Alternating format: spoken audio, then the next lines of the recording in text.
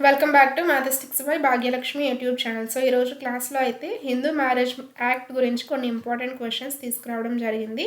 మొదటి ప్రశ్న, హిందూ వివాహ చట్టం ప్రకారం వివాహ సమయంలో వరుడు మరియు వధువు కనీస వయస్సు ఎంత ఉండాలి? ఆప్షన్ ఏ వరుడు 18 మరియు వధువు 18. ఆప్షన్ బి వరుడు 21 వధువు 18. ఆప్షన్ సి వరుడు 21 వధువు 21. ఆప్షన్ డి వరుడు 25 వధువు 21. దీనికి సరైన సమాధానం ఆప్షన్ బి వరుడు 21 వధువు 18. సెక్షన్ 5/3 ప్రకారం చట్టబద్ధమైన వివాహానికి ఈ వయస్సు నిబంధన తప్పనిసరి. అదేవిధంగా తర్వాత ప్రశ్న చూసుకున్నట్లయితే, వివాహ సమయంలో భార్య లేదా భర్త సజీవంగా ఉన్నప్పుడు మరో వివాహం చేసుకోవడాన్ని ఏమంటారు? వివాహ సమయంలో భార్య లేదా భర్త సజీవంగా ఉండగా మరో వివాహం చేసుకోవడాన్ని ఏమంటారు? ఆప్షన్ ఏ ఏకపత్ని వ్రతం అంటే మోనోగమి. ఆప్షన్ బి ద్వివివాహం బైగామి. ఆప్షన్ సి సపిండ వివాహం. ఆప్షన్ డి శూన్య వివాహం. దీనికి సరైన సమాధానం ఆప్షన్ బి ద్వివివాహం. హిందూ వివాహ చట్టం ప్రకారం ద్వివివాహం నేరం మరియు అది చట్టరీత్యా చెల్లదు. అలానే తర్వాత ప్రశ్న, సప్తపది అనే ఆచారం ప్రకారం వివాహం ఎప్పుడు పూర్తయినట్లు మరియు కట్టుబడి ఉన్నట్లు పరిగణించబడుతుంది? సప్తపది అనే ఆచారం ప్రకారం వివాహం ఎప్పుడు పూర్తయినట్లు మరియు కట్టుబడి ఉన్నట్లు పరిగణించబడుతుంది? ఆప్షన్ ఏ మొదటి అడుగు వేసినప్పుడు. ఆప్షన్ బి అగ్ని చుట్టూ 4వ అడుగు వేసినప్పుడు. ఆప్షన్ సి అగ్ని చుట్టూ 7వ అడుగు పూర్తి చేసినప్పుడు. ఆప్షన్ డి మంగళసూత్రం కట్టినప్పుడు. దీనికి సరైన సమాధానం ఆప్షన్ సి అగ్ని చుట్టూ 7వ అడుగు పూర్తి చేసినప్పుడు. సప్తపది ఆచారం ఉన్న చోట 7వ అడుగు వేయంగానే వివాహం సంపూర్ణం అవుతుంది. తర్వాత ప్రశ్న, భార్యాభర్తలు విడివిడిగా ఉంటూ పరస్పర అంగీకారంతో విడాకులు అంటే డివోర్స్ బై మ్యూచువల్ కన్సెంట్ తీసుకోవడానికి ఏ సెక్షన్ అవకాశం కల్పిస్తుంది? భార్యాభర్తలు విడివిడిగా ఉంటూ పరస్పర అంగీకారంతో విడాకులు తీసుకోవడానికి అంటే డివోర్స్ బై మ్యూచువల్ కన్సెంట్ తీసుకోవడానికి ఏ సెక్షన్ అవకాశం కల్పిస్తుంది? Option A section 10. Option B section 13. Option C section 13B. Option D section 14. దీనికి సరైన సమాధానం ఆప్షన్ సి. ఇద్దరూ కలిసి ఉండి విడాకులు తీసుకోవాలనుకుంటే సెక్షన్ 13B కింద దరఖాస్తు చేసుకోవాలి. తర్వాత ప్రశ్న, కారణం లేకుండా భార్య లేదా భర్త దూరంగా వెళ్ళిపోతే తిరిగి కలిసి ఉండాలని కోరుతూ కోర్టులో వేసే పిటిషన్ను ఏమంటారు? కారణం లేకుండా భార్య లేదా భర్త దూరంగా వెళ్ళిపోతే తిరిగి కలిసి ఉండాలని కోరుతూ కోర్టులో వేసే పిటిషన్ను ఏమంటారు? ఆప్షన్ ఏ న్యాయపరమైన వేర్పాటు అంటే జ్యుడిషియల్ సపరేషన్.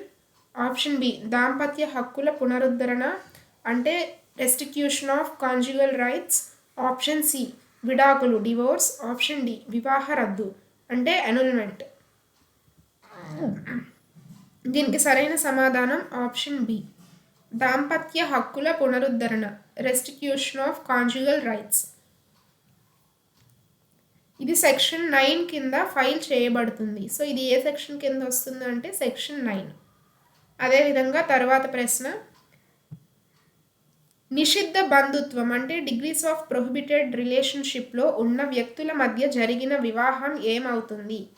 నిషిద్ధ బంధుత్వం అంటే డిగ్రీస్ ఆఫ్ ప్రొహిబిటెడ్ రిలేషన్షిప్లో ఉన్న వ్యక్తుల మధ్య జరిగిన వివాహం ఏమవుతుంది? ఆప్షన్ ఏ చెల్లుబాటు అవుతుంది అంటే వ్యాలిడ్. ఆప్షన్ బి శూన్యం అంటే వాయిడ్. ఆప్షన్ సి కేవలం జరిమానా విధిస్తారు. ఆప్షన్ డి తల్లిదండ్రులు ఒప్పుకుంటే చెల్లుతుంది. దీనికి సరైన సమాధానం ఆప్షన్ బి శూన్యం. సెక్షన్ 11 ప్రకారం నిషిద్ధ బంధుత్వాల మధ్య వివాహం మొదటి నుండే చెల్లదు. తరువాత ప్రశ్న, వివాహమైన తర్వాత కనీసం ఎంతకాలం వరకు విడాకుల కోసం పిటిషన్ దాఖలు చేయకూడదు కోర్టు ప్రత్యేక అనుమతి లేకపోతే? ఆప్షన్ ఏ 6 నెలలు. ఆప్షన్ బి 1 సంవత్సరం. ఆప్షన్ సి 2 సంవత్సరాలు. ఆప్షన్ బి 3 సంవత్సరాలు. వివాహమైన తర్వాత కనీసం ఎంతకాలం వరకు విడాకుల కోసం పిటిషన్ దాఖలు చేయకూడదు.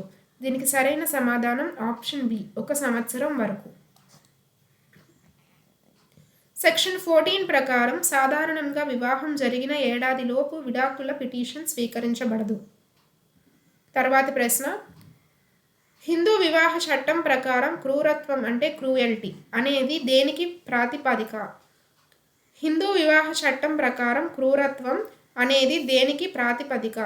ఆప్షన్ ఏ కేవలం భరణం కోసం, ఆప్షన్ బి కేవలం జరిమానా కోసం, ఆప్షన్ సి విడాకులు తీసుకోవడానికి ఒక కారణం, ఆప్షన్ డి ఏది కాదు.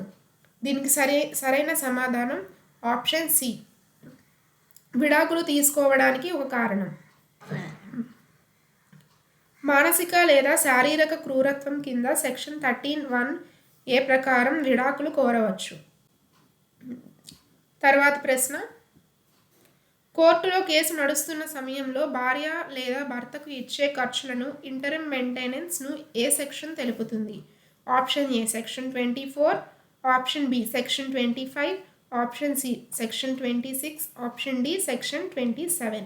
దీనికి సరైన సమాధానం ఆప్షన్ ఏ సెక్షన్ 24. తర్వాత ప్రశ్న, సెక్షన్ 24 కింద కేసు విచారణలో ఉన్నప్పుడు పోషణ ఖర్చులు కోరుకోవచ్చు. తర్వాత ప్రశ్న, హిందూ వివాహ చట్టం ఎవరికి వర్తించదు? Important question. హిందూ వివాహ చట్టం ఎవరికి వర్తించదు? ఆప్షన్ ఏ బౌద్ధులు బుద్ధిస్ట్, ఆప్షన్ బి జైనులు జైన్స్, ఆప్షన్ సి సిక్కులు సిక్స్, ఆప్షన్ డి ముస్లింలు. దీనికి సరైన సమాధానం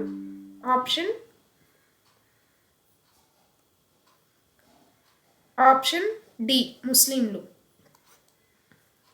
ఈ చట్టం హిందువులు, బౌద్ధులు మరియు జైనులు మరియు సిక్కులకు వర్తిస్తుంది, కానీ ముస్లింలు, క్రైస్తవులు, పార్సీలకు అయితే వర్తించదు.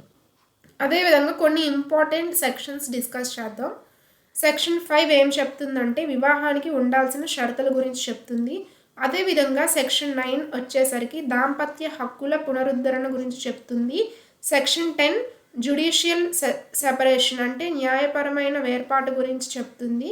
సెక్షన్ 13 వచ్చేసరికి విడాకులకు కారణాలు అంటే గ్రౌండ్స్ ఫర్ డివోర్స్ గురించి చెప్తుంది. సెక్షన్ 17 ద్వివివాహం అంటే బైగామికి వేసే శిక్ష గురించి చెప్తుంది.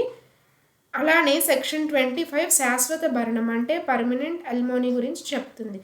ఇవి ఉన్న వాటిలో ఇంపార్టెంట్ సెక్షన్స్. అదేవిధంగా రిమైనింగ్ అన్ని సెక్షన్స్ కూడా ఇంపార్టెంటే. వీడియో నచ్చినట్లయితే లైక్ చేయండి. ఇంకా ఎవరైనా సబ్స్క్రైబ్ చేసుకోని వాళ్ళు ఉన్నట్లయితే మ్యాథమెటిక్స్ బై భాగ్యలక్ష్మి యూట్యూబ్ ఛానల్ని సబ్స్క్రైబ్ చేసుకోండి. Thank you.